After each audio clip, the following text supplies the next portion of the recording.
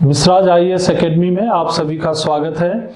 और आज हम लोग चर्चा करने वाले हैं मध्य प्रदेश में धीमे औद्योगिक विकास के कारणों पर। ये हमारे एमपीपीएससी के मेंस के सिलेबस में थर्ड पेपर में एक महत्वपूर्ण टॉपिक को कवर करता है। और वैसे भी मध्य प्रदेश की औद्योगिक व्यवस्था को समझने के लिए या औद्योगिक स्थिति को समझने के लिए इस टॉपिक को समझना जरूरी है। तो पहली चीज ये है कि अगर मध्य प्रदेश में औद्योगिक विकास धीमा है तो उस धीमेपन का कारण क्या है, क्यों ये धीमा है। तो पहली चीज तो ये है कि औद्योगिक विकास को देखें कि औद्योगिक विकास का मतलब क्या है। तो देखिए, अगर औद्योगिक विकास को हम सरल शब्दों में डिफाइन करें तो कहते हैं कि industrial development is building and growing of industries with in an economy. यानी कि इंडस्ट्रियल डेवलपमेंट क्या है, तो जो इंडस्ट्रीज हैं, जो उद्योग हैं, अगर हम उन उद्योगों को बनाते हैं, यानी उन्हें बनाते हैं, डेवलप करते हैं, और अगर उद्योग हैं तो उन्हें विकसित करते हैं। जो उद्योग हैं उनका विकास करना, और जो जिन क्षेत्रों में उद्योग नहीं है उन क्षेत्रों में उद्योग को लगाना। तो लगाना और विकास करना, अगर हम इकोनॉमी में ये दो चीज करते हैं तो मतलब ये है कि इंडस्ट्रियल डेवलपमेंट हो रहा है। तो हमें इस कसौटी पे देखना है कि क्या मध्य प्रदेश में उद्योगों का निर्माण उतनी तेजी से नहीं हुआ, या जो उद्योग थे उन उद्योगों का विकास नहीं हुआ। तो अगर हम इन बातों को मध्य प्रदेश के संदर्भ में अच्छी तरह समझ जाएंगे तो हमें यह समझ में आ जाएगा कि आखिर मध्य प्रदेश में औद्योगिक विकास की गति धीमी क्यों थी। और जरा इस मुद्दे को देखते हैं। These includes mass production। अगर हम कहते हैं कि भाई इंडस्ट्रियल डेवलपमेंट हो रहा है तो इसका मतलब है कि बड़े पैमाने पर उत्पादन होगा, प्रोडक्शन ज्यादा होगा। और क्या होगा, टेक्नोलॉजिकल एडवांसेस, यानी कि प्रौद्योगिकी का विकास होगा, यानी नई नई प्रौद्योगिकी आएगी। मास प्रोडक्शन होगा, टेक्नोलॉजी का एडवांसमेंट होगा, यानी प्रौद्योगिकी का विकास होगा। And other services, other services से मतलब क्या हुआ, बैंकिंग सर्विसेज डेवलप होंगे, इंश्योरेंस सर्विसेज डेवलप होंगे, और जो ट्रांसपोर्टेशन डेवलप होगा, कम्युनिकेशन डेवलपमेंट होगा। और अल्टीमेटली ये इंडस्ट्रियल डेवलपमेंट के कारण लोगों का आर्थिक विकास होगा, उनकी पर कैपिटा इनकम बढ़ेगी, राज्य का जीडीपी बढ़ेगा। यही तो इंडस्ट्रियल डेवलपमेंट का मकसद है, एम्प्लॉयमेंट के अवसर बढ़ेंगे।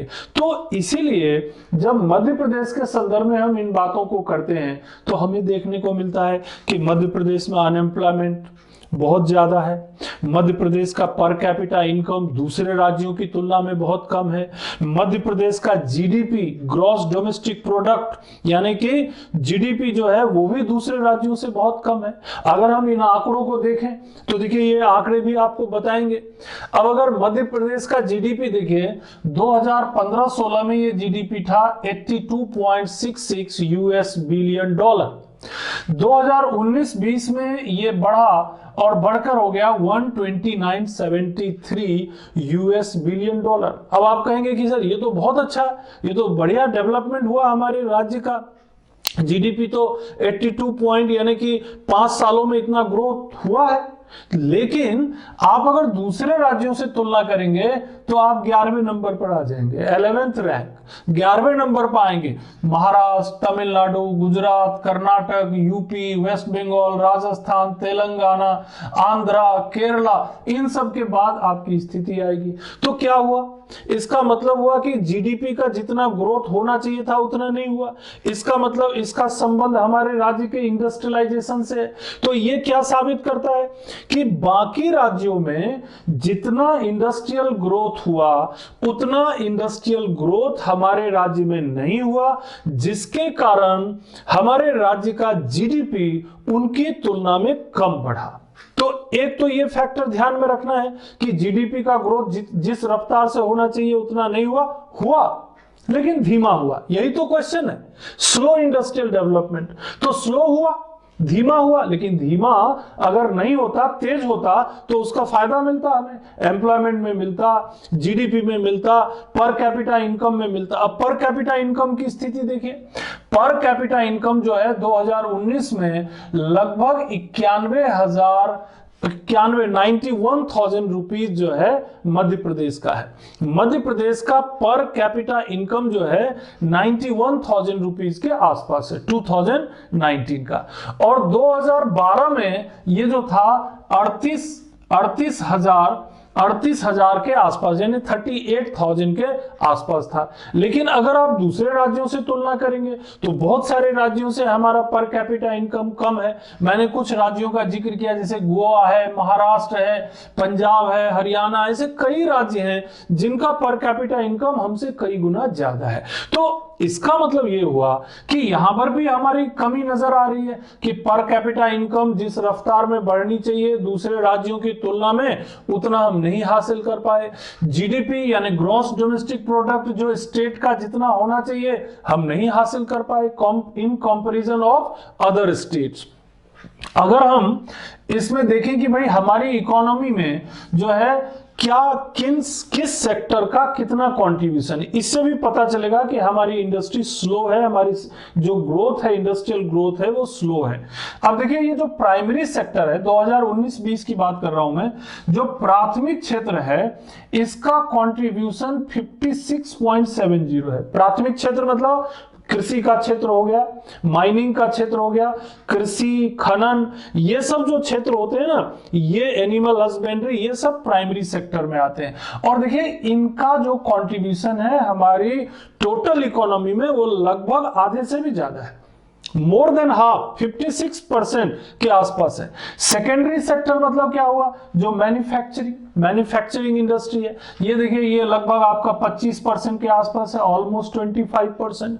और टर्शियरी सेक्टर यानी कि जो हमारी सेवा क्षेत्र है, जो हमारी सर्विस सेक्टर है, उसकी भी काफी जो है हमारे राज्य में जो है वो उतना ज्यादा उसमें प्रोग्रेस नहीं हुई। कहने का मतलब ये हुआ कि हमारे राज्य में अभी भी प्राइमरी सेक्टर का महत्व ज्यादा है और टर्शियरी सेक्टर जो सेकेंडरी सेक्टर है वो उतना ज्यादा प्रभावी नहीं हो पाया। एक और आंकड़ा देखिए, जैसे पुराना आंकड़ा अगर लें 2011-12 का, 2000 इसमें थोड़ा करेक्शन भी कर सकते हैं क्योंकि ये 56 और 24 यानी ये लगभग कितना हो गया, 50, 20, 70, ये 80 और ये लगभग ये 20-21 के आसपास होना चाहिए, है ना। ये लगभग ये थोड़ा गड़बड़ है, इसको थोड़ा आप सही कर सकते हैं। इसको टर्शियरी सेक्टर 21 है ना, 20 कितना परसेंट क्या आएगा, लगभग आप मान के चलिए कि ये जो है 21% के आसपास आएगा। और इसी तरह से ये आंकड़े थोड़े बदलते भी रहते हैं, है ना, ये चेंजेस होते रहेंगे। कुल मिला के मेरा कहने का मतलब यहां पर ये है कि प्राइमरी सेक्टर जो है इसका अभी भी हमारे राज्य में इंपॉर्टेंस ज्यादा है। दूसरी तरफ 2011-12 में देखिए प्राइमरी सेक्टर लगभग 33.85 के आसपास था, सेकेंडरी सेक्टर जो था वो 27 के आसपास था और टर्शियरी सेक्टर 39 के आसपास था। यहां से हमें यह पता चलता है कि जो हमारा सेकेंडरी सेक्टर है यानी इंडस्ट्रियल सेक्टर यानी मैन्युफैक्चरिंग सेक्टर का ग्रोथ उतना ज्यादा नहीं हुआ। फॉरेन डायरेक्ट इन्वेस्टमेंट की स्थिति पर भी नजर डालना जरूरी है। क्यों जरूरी है, क्योंकि फॉरेन डायरेक्ट इन्वेस्टमेंट जो है इससे ये पता चलता है कि हमारे राज्य में निवेश कितना हुआ है। फॉरेन डायरेक्ट इन्वेस्टमेंट का जो है ये जानना, इससे पता चलता है कि जो दूसरी कंपनियां हैं, जो इन्वेस्टर्स हैं हमारे राज्यों में कितना इंटरेस्ट लेते हैं। तो क्या पता चलता है कि 2012 में इन 2012 123 मिलियन यूएस डॉलर का निवेश हमारे राज्य में हुआ था, जबकि 2020 में ये जो इन्वेस्टमेंट है ये घटकर 82 मिलियन यूएस डॉलर का हो गया। इसका मतलब क्या हुआ कि इंडस्ट्रियल ग्रोथ जिस रफ्तार में होना चाहिए होने के बजाय वो कम हो गया, औद्योगिक विकास की गति धीमी हो गई, विदेशी निवेश हमारे देश में कम हो गया, जबकि हमारे राज्य में, यहां देश से मतलब है राज्य हमारे जो एफडीआई है वो हमारे राज्य में फॉरेन डायरेक्ट इन्वेस्टमेंट कम हो गया।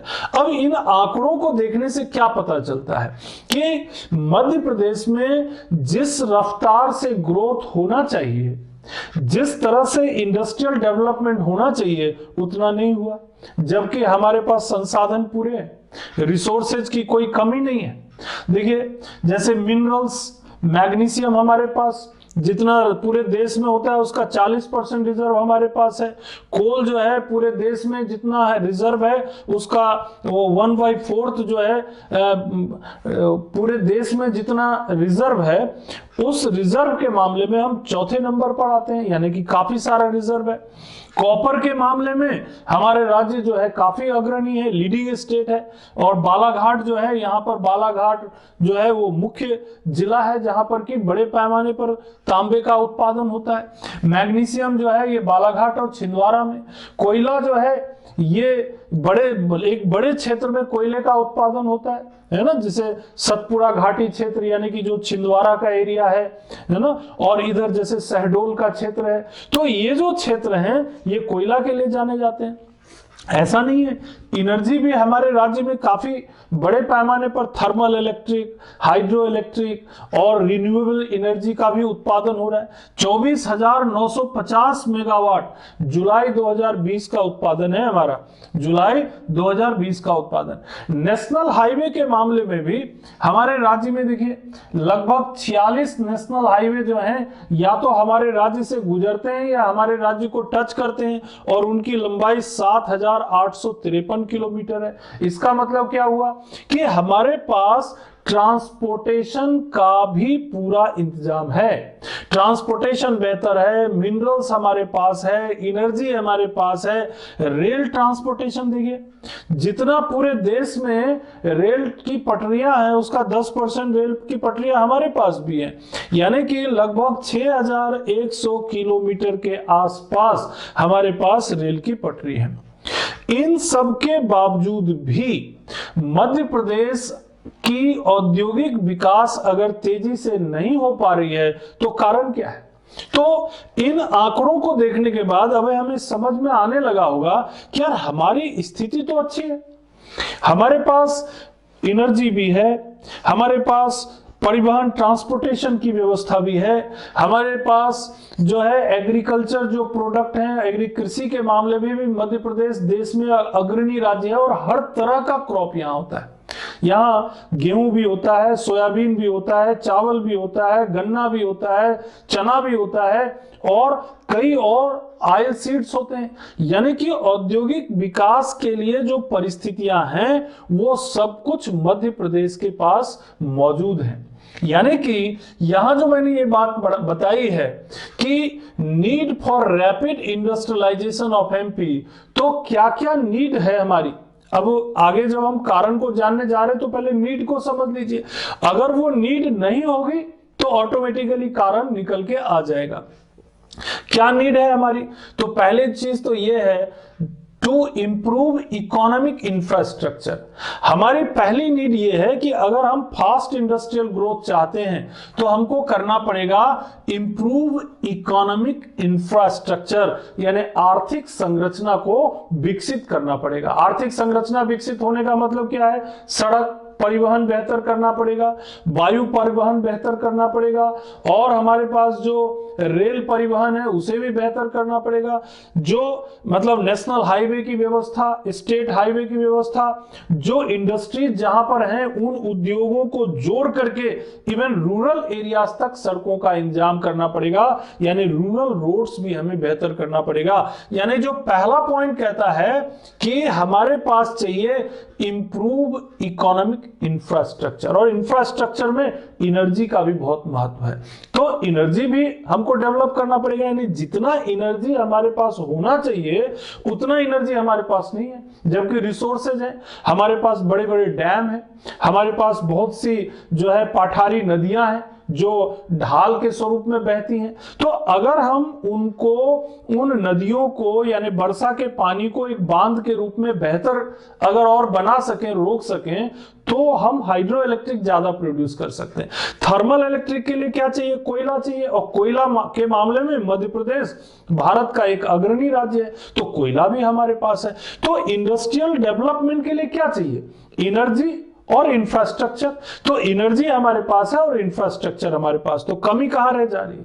कमी ये रह जा रही है, हमारा ड्रॉबैक ये हो जा रहा है कि अगर हम इंडस्ट्रियलिस्ट को मध्य प्रदेश में अट्रैक्ट करना चाहते हैं, आकर्षित करना चाहते हैं, तो उन्हें हमें उद्योग लगाने के लिए जमीन देना पड़ेगा, और जमीन देने के लिए हमें यह बताना पड़ेगा कि आपको कोई समस्या नहीं होगी, ये लैंड है आपके लिए, आप इस जमीन का उपयोग करिए, उद्योग लगाइए, और उन उद्योगों में ऑटोमेटिकली लोगों को रोजगार मिलेगा। तो उद्योग लगाने के लिए परिस्थितियां पैदा करना यह सरकार की जिम्मेदारी होती है।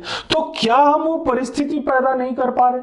अब ये कारण में जा रहा है हमारा दिमाग कि क्या हम वो परिस्थिति पैदा नहीं कर पा रहे जिससे कि उद्योग जो है हमारे राज्य में आसानी से अपना उद्योग लगा सकें। तो इसका जवाब है हाँ, हम वो परिस्थिति नहीं दे पा रहे हैं जिससे कोई उद्योगपति हमारे राज्य में बड़ा उद्योग लगाए। आखिर उड़ीसा में उद्योग लग रहा है, आखिर गुजरात में उद्योग लग रहा है, वेस्ट बंगाल में उद्योग लग रहा है, और महाराष्ट्र में उद्योग लग रहा है, मध्य प्रदेश में उद्योग क्यों नहीं लग रहा है? जबकि मध्य प्रदेश एरिया के मामले में, क्षेत्रफल के मामले में भारत का दूसरा सबसे बड़ा राज्य है। तो क्यों नहीं हम उद्योग लगा पा रहे? तो एक बेसिक रीजन है, बेसिक रीजन यह है कि मध्य प्रदेश इकोलॉजिकली एक स्ट्रॉन्ग स्टेट है। यहां पर कुल राज्य के क्षेत्रफल का 25% एरिया फॉरेस्ट का है, और जहां फॉरेस्ट होगा, जहां ट्राइबल्स, और ट्राइबल्स भी बड़ी संख्या में, राज्य की कुल जनसंख्या का 21% लोग जो हैं यहां पर ट्राइबल्स हैं, जनजातीय लोग रहते हैं। तो ट्राइबल्स की जनसंख्या ज्यादा है, उनके कल्चर को भी हमें प्रोटेक्ट करना पड़ता है, हमें फॉरेस्ट यानी पर्यावरण को भी बचाना पड़ता है। तो हम उन उद्योगपतियों को यह भरोसा नहीं दिला पाते कि आप अगर हमारे जंगलों को काटेंगे, आप अगर पॉल्यूशन पैदा करेंगे, तो हम जो है आपको प्रोटेक्ट करेंगे। तो ऐसा संभव नहीं है। तो एक बेसिक रीजन हमारा यही हो जाता है कि हमें फॉरेस्ट को प्रोटेक्ट करते हुए, ट्राइबल्स के हितों को बचाते हुए औद्योगिक विकास के लिए हमें अवसर देना है। तो यही कारण है कि कई बार अभी पिछले कुछ सालों से हमने देखा है कि मध्य प्रदेश में ग्लोबल इन्वेस्टर समिट होता है। लगभग 2007 में इसे शुरू किया गया था, ग्लोबल इन्वेस्टर समिट। लेकिन इसके बावजूद भी समिट तो हुआ, कई बार समिट हुए, है ना, 2007 से लेकर 2019 तक कई बार ये बैठकें हुई। पूरे देश से बड़े बड़े उद्योगपति आए, है ना, रिलायंस भी आए, टाटा भी आए, बिरला भी आए, सब आए। लेकिन उद्योग कहां लगाया? नहीं लगाया उद्योग, कुछ भी उद्योगों, इतने सारे 2-2 हजार एमओयू हुए, मेमोरेंडम ऑफ अंडरस्टैंडिंग, लेकिन जब उद्योग लगाने की बात आई जमीन पर तो कुछ भी दिखाई नहीं पड़ा। तो आखिर इसके पीछे भी कुछ कारण होगा। तो इसके पीछे कारण है, एक तो हमारी जो फॉरेस्ट पॉलिसी है, लैंड एक्विजिशन की पॉलिसी है, वो स्ट्रिक्ट है, यानी कि ईज ऑफ डूइंग बिजनेस, यानी कि ईज ऑफ डूइंग बिजनेस, यानी कोई उद्योगपति हमारे राज्य में आकर व्यापार करे, इंडस्ट्री लगाए, उसके लिए उन्हें जितनी सुविधा दी जानी चाहिए, सिंगल विंडो सिस्टम से सुविधा दी जानी चाहिए, उतनी सुविधा हम अपने राज्य में अभी फिलहाल नहीं दे पा रहे हैं। तो एक बड़ा कारण तो यही बनता है हमारे राज्य के धीमे औद्योगिक विकास का। दूसरी बात यह है कि हमारे राज्य में इंफ्रास्ट्रक्चर है, लेकिन उतना ज्यादा भी नहीं है। यानी बिजली का उत्पादन हम कर तो रहे हैं 24,950 मेगावाट, नेशनल हाईवे भी हमारे पास 7853 किलोमीटर है ना, हवाई अड्डे भी हमारे पास है, लेकिन जितने हवाई अड्डे हमारे पास होने चाहिए एक बड़े राज्य के होने के नाते, जितने नेशनल हाईवेज हमारे पास जितनी लंबाई की होनी चाहिए और जितनी उनकी गुणवत्ता होनी चाहिए, आप अगर मध्य प्रदेश के रहने वाले हैं तो आपको अच्छी तरह पता होगा कि आंकड़ों में होना और वास्तविकता में होना में अंतर होता है। तो बहुत सारे ऐसे नेशनल हाईवे हैं जो नेशनल हाईवे की काउंट में है तो, लेकिन उनकी गुणवत्ता नहीं है। तो कई बार अगर आप तुलना करेंगे महाराष्ट्र की, अगर आप तुलना करेंगे दूसरे गुजरात की जहां पर नेशनल हाईवेज हैं बड़ी संख्या में और उनकी गुणवत्ता से, तो मध्य प्रदेश आपको उतना बेहतर नजर नहीं आएगा। और उसके पीछे भी एक सच्चाई ये है कि हमारे पास फॉरेस्ट ज्यादा है, और अगर हम नेशनल हाईवेज को बहुत चौड़ा करते हैं, अगर हम रेल पटरियों को बहुत ज्यादा बिछाते हैं, तो हमारे जो फॉरेस्ट एरियाज हैं उनमें कमी लानी पड़ती है और पर्यावरण के हितों को देखते हुए हम ऐसा नहीं करते हैं। तो लेकिन इन दोनों के बीच एक संतुलन तो लाना पड़ेगा, औद्योगिक विकास भी करना है और साथ ही साथ हमें इंफ्रास्ट्रक्चर भी डेवलप करना है। तो एक तो बड़ा कारण ये हो गया। इसके अलावा देखिए अनस्किल्ड जो है हमारे पास लेबर है, हमारी जो हमारी श्रम शक्ति है वो अनस्किल्ड है। कहने का मतलब ये है हमारे पास कॉलेजेस बहुत हैं, पढ़ने वाले बहुत हैं, इंजीनियरिंग कॉलेज तो सैकड़ों की संख्या में है, बहुत सारे मेडिकल कॉलेजेस हैं, बहुत सारे इंफ्रास्ट्रक्चर ऐसे एजुकेशन सिस्टम है। लेकिन अगर हम अच्छे इंजीनियर्स ढूंढने जाते हैं जो आईटी सेक्टर के हों, अच्छे इंजीनियर्स ढूंढने जाते हैं जो सिविल या मैकेनिकल सेक्टर के हों, तो उनकी संख्या बहुत कम है। तो जब कोई उद्योगपति मध्य प्रदेश में उद्योग लगाता है तो उसे ऐसे स्किल्ड लेबर को बाहर से मंगाना पड़ता है, और वो स्किल्ड लेबर जब बाहर से आते हैं तो उनको ज्यादा वेज देना पड़ता है। तो फिर वो सोचते हैं कि जरूरत क्या है मध्य प्रदेश में उद्योग लगाने की, महाराष्ट्र में तो है ही, गुजरात में तो है ही, राजस्थान में तो है ही, तो रहने दीजिए। तो स्किल्ड लेबर का विकास करना भी हमारी जरूरत बन जाती है, इस चीज को भी हमें देखना पड़ेगा। इसके अलावा जो पॉलिटिकल विल है, यानी किसी भी राज्य के औद्योगिक विकास के लिए और तीव्र औद्योगिक विकास के लिए राजनीतिक इच्छा शक्ति का होना जरूरी है, क्योंकि बड़े उद्योगों को लगाने के लिए बड़े निवेश की जरूरत होगी।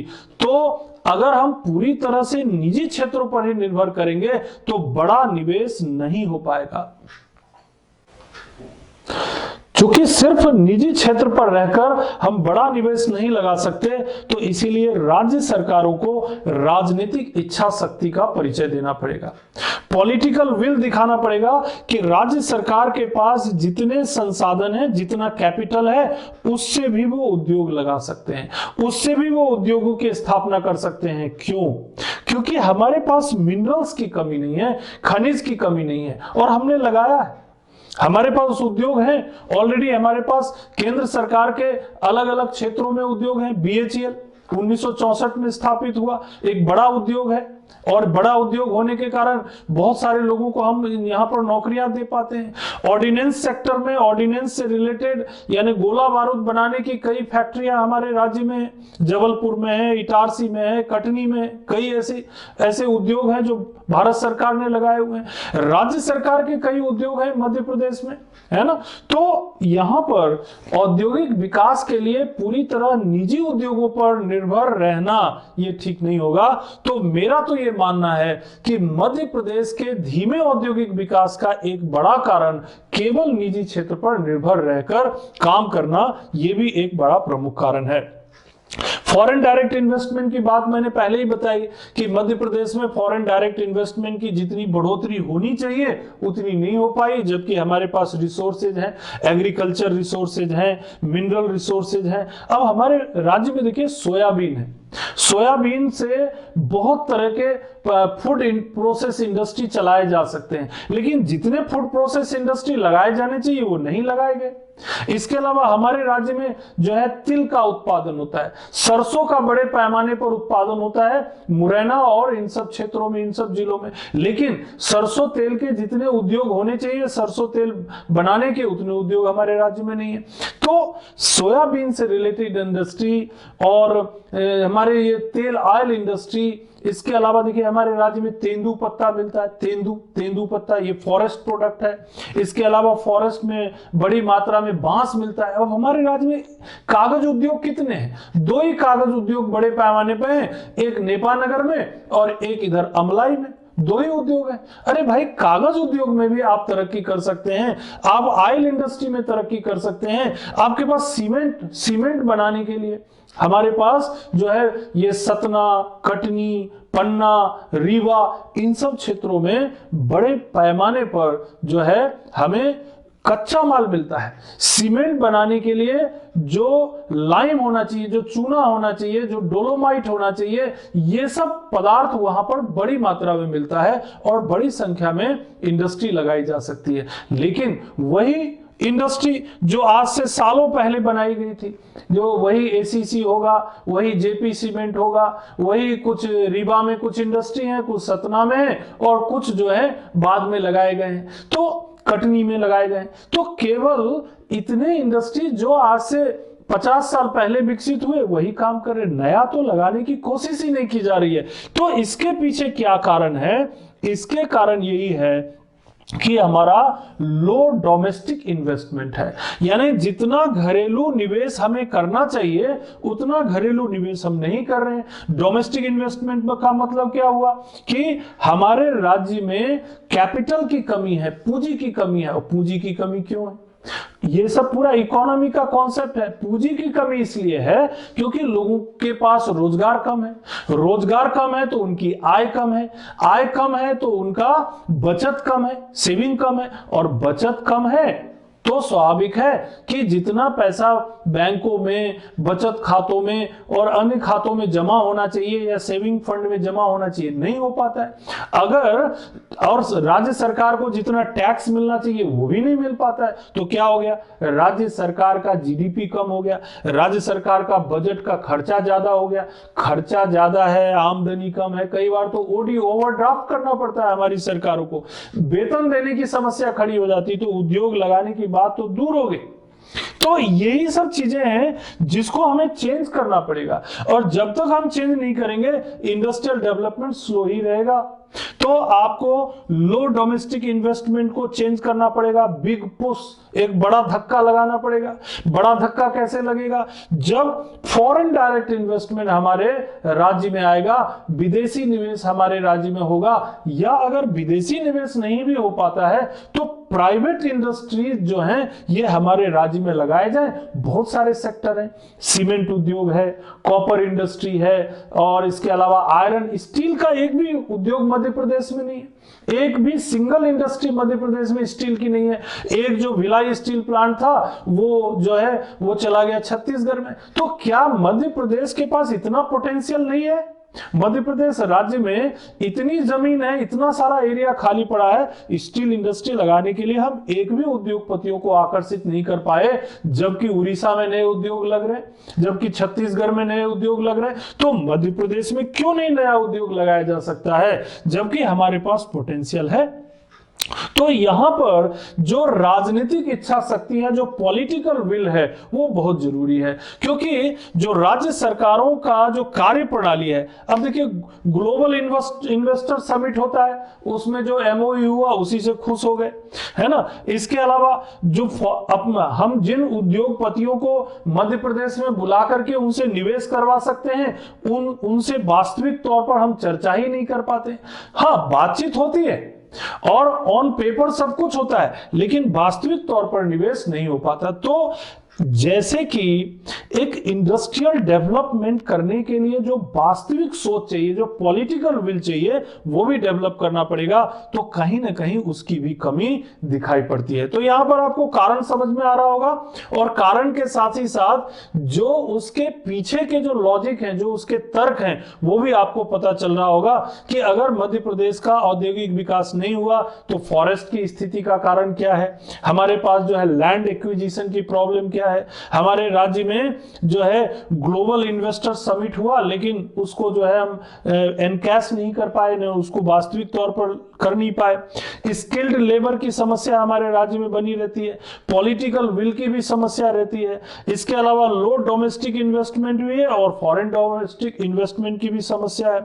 इसके अलावा बजट में जो इंडस्ट्रियलाइजेशन का जो हमको थोड़ा और महत्व बढ़ाना चाहिए, वो महत्व हम नहीं बढ़ा पा रहे।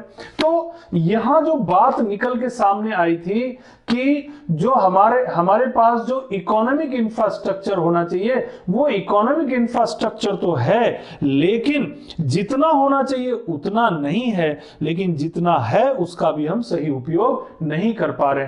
तो यूज नेचुरल रिसोर्सेज, तो नेचुरल रिसोर्सेज का उपयोग कैसे करेंगे? हमारे पास कोयला है, हमारे पास जो है कॉपर है, हमारे पास जो है आयरन ओर तो वैसे बहुत कम है, बॉक्साइट भी थोड़ा कम है, लेकिन बाकी मिनरल्स भी ज्यादा है। तो जो मिनरल हमारे पास है, मैंगनीज है, कॉपर है, इनका तो उपयोग कर सकते हैं। हमारे पास अगर नेचुरल रिसोर्स के रूप में एग्रीकल्चर प्रोडक्ट है तो उसका उपयोग कर सकते हैं, क्यों नहीं करेंगे? उसका उपयोग कर सकते हैं। टू रिड्यूस जो पॉपुलेशन प्रेशर है एग्रीकल्चर पर, उसको हमको कम करना है, ये भी एक जरूरत है। तो एग्रीकल्चर पर पॉपुलेशन प्रेशर को कम कैसे करेंगे? जब हम एग्रीकल्चर इंडस्ट्री लगाएंगे, एग्रेरियन इंडस्ट्री लगाएंगे, टेक्नोलॉजी को इंप्रूव करेंगे। तो टेक्नोलॉजी को इंप्रूव करने के लिए हमें चाहिए स्किल्ड लेबर, हमें चाहिए फॉरेन डायरेक्ट इन्वेस्टमेंट, हमें चाहिए डोमेस्टिक इन्वेस्टमेंट, और इसके लिए हमें जो है राज्य सरकार और के द्वारा प्रयास करना पड़ेगा to generate more employment and income opportunity. जो ये भी एक हमारी जरूरत है कि अगर हमें रैपिड इंडस्ट्रियलाइजेशन होता है तो इससे हमें क्या फायदा होगा? एम्प्लॉयमेंट एंड इनकम अपॉर्चुनिटी, लोगों को एम्प्लॉयमेंट बढ़ेगा और इनकम अपॉर्चुनिटी भी बढ़ेगी। इनकम अपॉर्चुनिटी बढ़ेगी तो अल्टीमेटली उनका जो है सेविंग बढ़ेगा, और सेविंग बढ़ेगा तो जो राज्य का जो जीडीपी है, राज्य का जो अपना निवेश करने की क्षमता है वो भी बढ़ेगी। तो इस तरह से अच्छा हाँ, टू इंक्रीज एक्सपोर्ट अर्निंग, ये भी एक हमारा जो इंडस्ट्रियलाइजेशन अगर होता है, अगर हम इंडस्ट्रियल ग्रोथ करते हैं, इंडस्ट्रियल डेवलपमेंट करते हैं, तो हमारी एक्सपोर्ट अर्निंग भी बढ़ती, क्योंकि हम वो चीजें बना सकते हैं, वो चीजें बनाएंगे। जैसे मान लीजिए सोयाबीन इंडस्ट्री है, तो सोयाबीन जो प्रोडक्ट है उसको हम विदेशों में भेज सकते हैं। मान लीजिए हमारे पास जो है सरसों, मस्टर्ड का उत्पादन होता है, उससे जो तेल का उत्पादन है उसको हम एक्सपोर्ट कर सकते हैं, उसको निर्यात कर सकते हैं। इसके अलावा हमारे पास बहुत सारे मिनरल्स हैं, कॉपर के मिनरल्स हैं, मैग्नीज हैं, है ना। इसके अलावा हमारे पास एक ये जो पाया जाता है जो होशंगाबाद में क्या बोलते हैं उसको, टंगस्टन, टंगस्टन भी मिलता है हमारे राज्य में, टंगस्टन मिलता है होशंगाबाद के अगर गांव में, उसका उपयोग कर सकते हैं जो बल्ब के फिलामेंट के रूप में उपयोग होता है। तो ऐसे कई मिनरल्स हैं जिनका हम उत्पादन करके उनसे प्रोडक्ट बना के एक्सपोर्ट कर सकते हैं, तो इससे भी हमारे राज्य की इनकम जो है वो बढ़ जाएगी। तो इस तरह से हम ये देख रहे हैं कि हमारे राज्य में जो है काफी नेचुरल रिसोर्सेज हैं, एग्रीकल्चर फॉर्म में भी हैं और मिनरल फॉर्म में भी हैं, और साथ ही साथ हमारे पास एक बड़ी संख्या में जनसंख्या भी है। लगभग 7 करोड़ 26 लाख लोग हमारे 2011 के सेंसस के मुताबिक हैं, और इतनी बड़ी जनसंख्या में लोग हैं तो हमारे पास चीप लेबर भी है, सस्ता श्रम भी है। इस सस्ता श्रम का उपयोग कर सकते हैं। हाँ, ये अलग बात है कि स्किल की कमी है, वो मैंने कारण में बताया है लेस डेवलपमेंट में कि स्किल की कमी है, लेकिन उन्हें स्किल्ड बनाया तो जा सकता है, उन्हें उनके अनुभव से उनका उपयोग तो किया जा सकता है। तो अगर हम वो जो इतनी बड़ी जनसंख्या हमारे पास है, उस चीप लेबर का उपयोग जो है हमको करने की कोशिश करनी चाहिए, जिससे कि हमारा जो है उत्पादन यानी जो इंडस्ट्रियल ग्रोथ है वो बढ़ जाएगा। और एक चीज देख लेते हैं, अनएम्प्लॉयमेंट की स्थिति क्या है। अब देखिए एम्प्लॉयमेंट के मामले में भी हम बहुत जो है अनएम्प्लॉयमेंट की स्थिति बहुत खराब है। हमारे पास 2017-18 का ये जो आंकड़ा है, इसमें आप देखिए 7.7% का अनएम्प्लॉयमेंट रेट है, 7.7% का अनएम्प्लॉयमेंट रेट है। और अभी जब ये लॉकडाउन वगैरह हुआ 2020 में, तो ये बहुत ही ज्यादा बढ़ गया था, ये 27.5% तक पहुंच गया था। Unemployment rate increased up to 27.5% and this is higher than the national rate that is 23.5%। जो राष्ट्रीय अनएम्प्लॉयमेंट रेट था उससे भी बहुत ज्यादा ऊपर चला गया था। और ये जो है CMIE की रिपोर्ट है, centre for monitoring Indian economy. तो ये जो अनएम्प्लॉयमेंट की स्थिति है, ये स्थिति को भी हमें टैकल करना पड़ेगा, क्योंकि अनएम्प्लॉयमेंट बहुत सारे दूसरी समस्याओं को जन्म देता है। तो फास्ट इंडस्ट्रियलाइजेशन यानी तेजी से औद्योगिकरण करना, औद्योगिकरण करने के लिए परिस्थितियों का निर्माण करना, इंफ्रास्ट्रक्चर को डेवलप करना, विदेशी निवेश को राज्य में आकर्षित करना, डोमेस्टिक इन्वेस्टमेंट को बढ़ाना। जो उद्योग हमारे पास हैं, बहुत सारे उद्योग हैं, जैसे हमारे पास सीमेंट इंडस्ट्री मौजूद है, हमें बहुत सारे जैसे इंदौर में, जबलपुर में, ग्वालियर में अभी कुछ स्पेशल इकोनॉमिक जोन्स हम डेवलप कर रहे हैं, SEZ बना रहे हैं, स्पेशल इकोनॉमिक जोन्स, जहां पर कि उद्योगों को आकर्षित कर रहे हैं कि भाई आप आइए, उद्योग लगाइए और उद्योग में उत्पादन कीजिए, अल्टीमेटली उसका मकसद क्या है? अनएम्प्लॉयमेंट को दूर करना। लेकिन वहां भी समस्या है, एसईजेड बना रहे हैं। अब एसईजेड बना रहे हैं तो उनको जो इंफ्रास्ट्रक्चर चाहिए, जिस तरह की सड़कें चाहिए, जितने पानी की सुविधा चाहिए, जितना बिजली उनको उपलब्ध होना चाहिए, वो हम लोग महाराष्ट्र या गुजरात या तेलंगाना या आंध्र प्रदेश या ऐसे कई राज्यों की तुलना में हम उतना उपलब्ध नहीं करा पा रहे। मध्य प्रदेश के औद्योगिक विकास में जो एक और बड़ी समस्या है वो ये कि मध्य प्रदेश एक लैंडलॉक्ड स्टेट है, एक जो है स्थलबद्ध राज्य है और उसके चारों तरफ जो है राज्य ही राज्य हैं, मतलब स्थल क्षेत्र ही है। तो होता यह है कि जब हम सड़क बनाने की बात करते हैं, जब हम नेशनल हाईवे बनाने की बात करते हैं, जब हम रेल ट्रांसपोर्टेशन की बात करते हैं, तो ये जो ट्रांसपोर्टेशन होता है रेल या सड़क, ये थोड़ा महंगा पड़ता है, कॉस्टली होता है। तो कोई भी उद्योग जब मध्य प्रदेश में लगाने आते हैं तो वो ये देखते हैं कि अगर मैंने यहां पर उद्योग लगाया, यहां उत्पादन किया, तो इस उत्पादन को जब हम न्यूयॉर्क भेजेंगे, जब हम लंदन भेजेंगे, तो भाई अल्टीमेटली तो हमें समुद्र के किनारे ले जाना पड़ेगा, हवाई जहाज से तो सारा एक्सपोर्ट हम कर नहीं पाएंगे। तो वो क्या करते हैं, वो शिफ्ट हो जाते हैं गुजरात की तरफ, वो शिफ्ट हो जाते हैं कलकत्ता की तरफ, वो शिफ्ट हो जाते हैं बंबई की तरफ, महाराष्ट्र की तरफ, ये वो शिफ्ट हो जाते हैं उड़ीसा की तरफ, समुद्र के किनारे वाले क्षेत्र में। तो ये जो हमारी कमजोरी है, इस कमजोरी का इंपैक्ट भी इंडस्ट्रियल डेवलपमेंट पर पड़ा है। लेकिन केवल ये सोचकर कि हम लैंडलॉक्ड स्टेट हैं, हमारे पास जो है 25% राज्य का टोटल 25% के आसपास जंगल है, हमारे ट्राइबल कल्चर को भी नुकसान नहीं होना चाहिए, या हमारे पास जो हमारा जो जीडीपी है वो कम है, या हमारा जो पर कैपिटा इनकम नहीं है, अगर ये रोना लेकर हम बैठ जाएंगे तब तो कभी इंडस्ट्रियल डेवलपमेंट हो ही नहीं पाएगा। तो इसी कारण से हम कहते हैं कि इन सब कमियों से पार पाना पड़ेगा, इन सब कमियों को दूर करना पड़ेगा। जैसे मान लीजिए एनवायरमेंट की प्रॉब्लम मैंने बताया, तो पर्यावरण की समस्या है, तो बीच का रास्ता निकालना पड़ेगा जिससे कि पर्यावरण को नुकसान भी ना हो और उद्योग भी लग जाए।